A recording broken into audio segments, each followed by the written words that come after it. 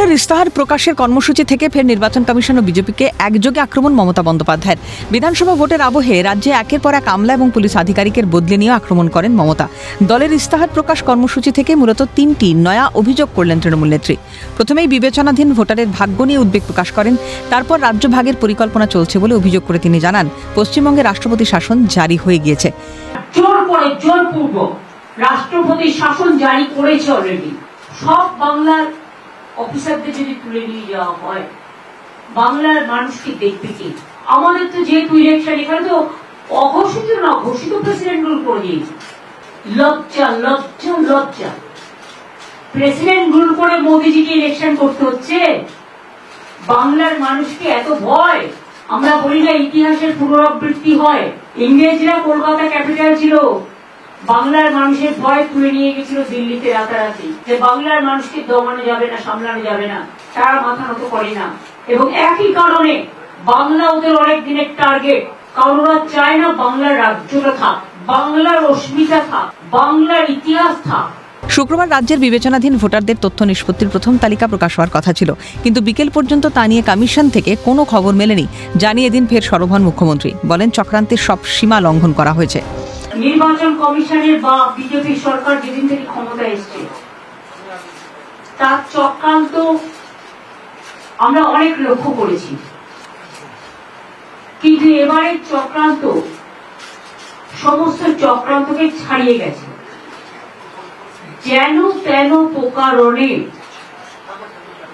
বাংলা দখল করে ওরা বাংলা রাজ্যটাকেই তুলে দিতে চায়।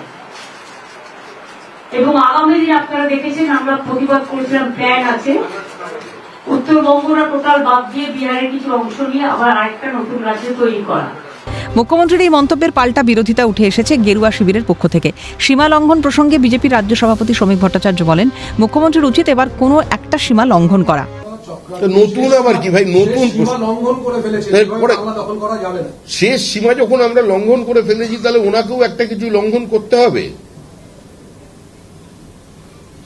শেষ সীমা লঙ্ঘন করেছিল বলেই রামচন্দ্র এখান থেকে গিয়েছিলেন প্রায় আমাদের কোথায়, লঙ্কায়।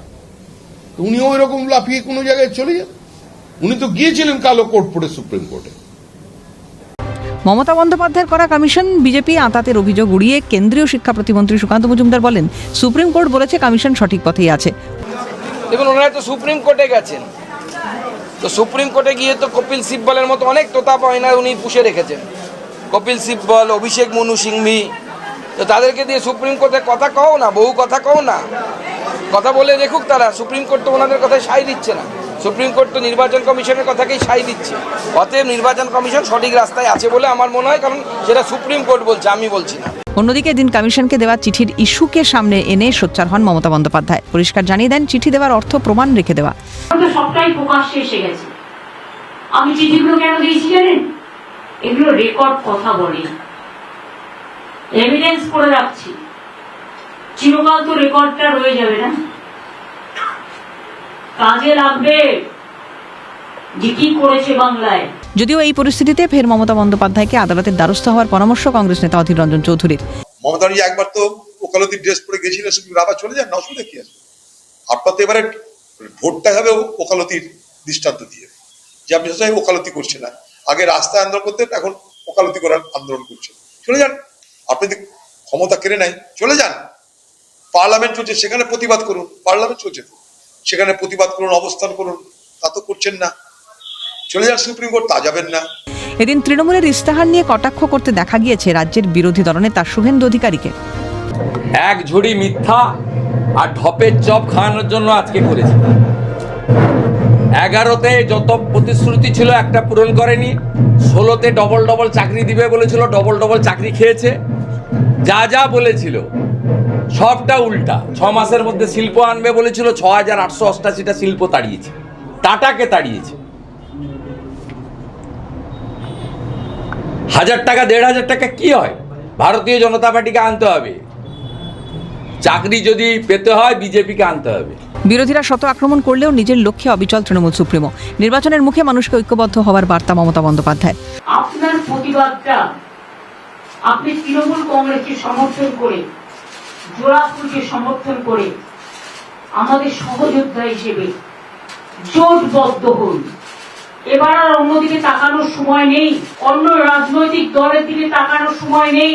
বাংলা যদি বাঁচাতে হয়, বাংলাকে যদি রক্ষা করতে হয়, সব মানুষ যদি একসাথে থাকতে হয়, শান্তি সম্প্রীতি স্বস্তি যদি রক্ষা করতে হয়, বিজেপিকে এমন শিক্ষা দিন, যদি সেন্ট্রাল এজেন্সি ভয় দেখায় শুনবেন না, টাকার প্রলোভনে কেউ পা দেবেন না। এই টাকাটা চুরি করা টাকা। বিরোধীদের আক্রমণ, মুখ্যমন্ত্রীর আবেদন, জনতা জনার্দনের মন ছুঁতে পারবে কে? নবান্নে পরিবর্তন নাকি প্রত্যাবর্তন? উত্তর মিলবে 4 মে। ক্যালকাটা নিউজ।